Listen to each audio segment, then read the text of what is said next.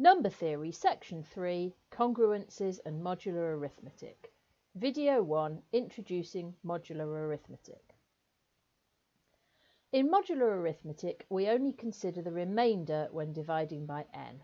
So, for example, if I was working mod 5, I only consider the remainder after dividing by 5. So the number 17 is congruent to 2 mod 5.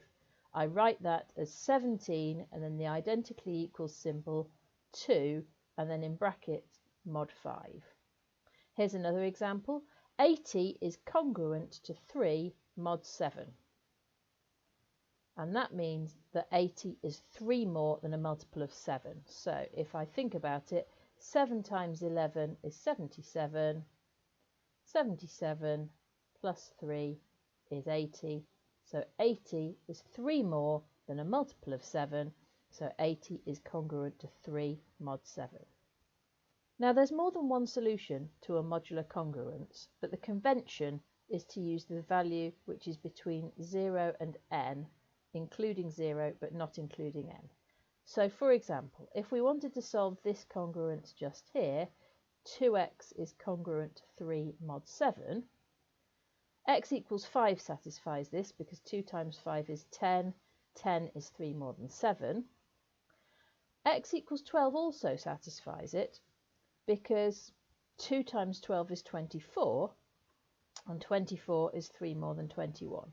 But we would always choose this answer, x equals 5, rather than the x equals 12 answer because 5 is between 0 and 7. Now this may all sound very new, but actually you've been using modular arithmetic for a lot longer than you might think, because clock arithmetic is a very well-known example of modular arithmetic. When you're using the 12-hour clock, if you go from 11 o'clock and you think, I want to add 4 hours, you don't go round to 15 o'clock, you would go round to 3 o'clock. You're just thinking of the remainder when you divide by 12. Let's have a look at an example then.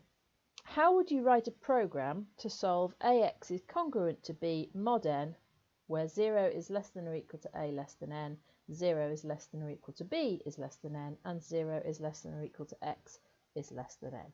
So a program that finds all of the values that solve that modular congruence in the range from 0 to n.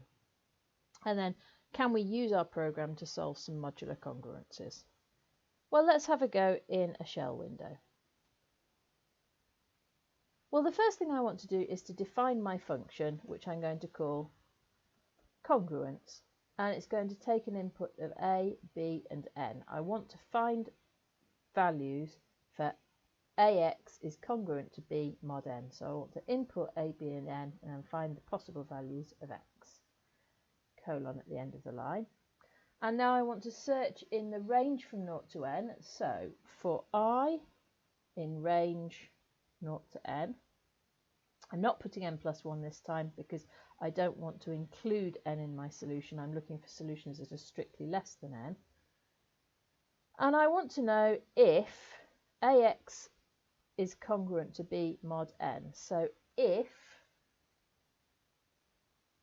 a times I, when divided by n, gives a remainder of b, I want my function to print the value of I. So let's try my function out.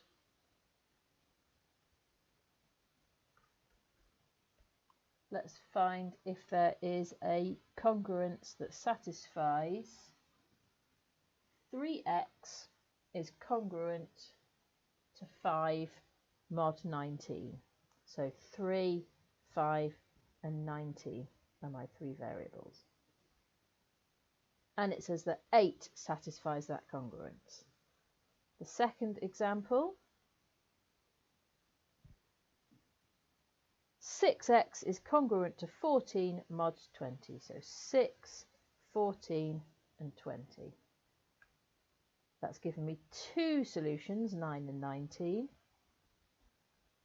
And then finally, 6x is congruent to 17 mod 20. 6, 17 and 20.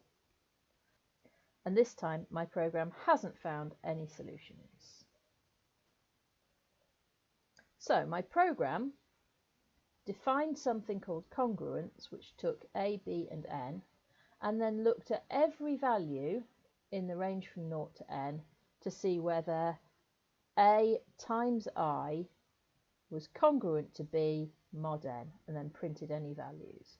So for this first one I got a value of 8, and if I do 3 times 8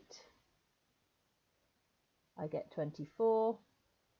24 is 5 more than 19, so that makes sense there.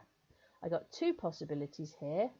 So 6x is congruent to 14 mod 20.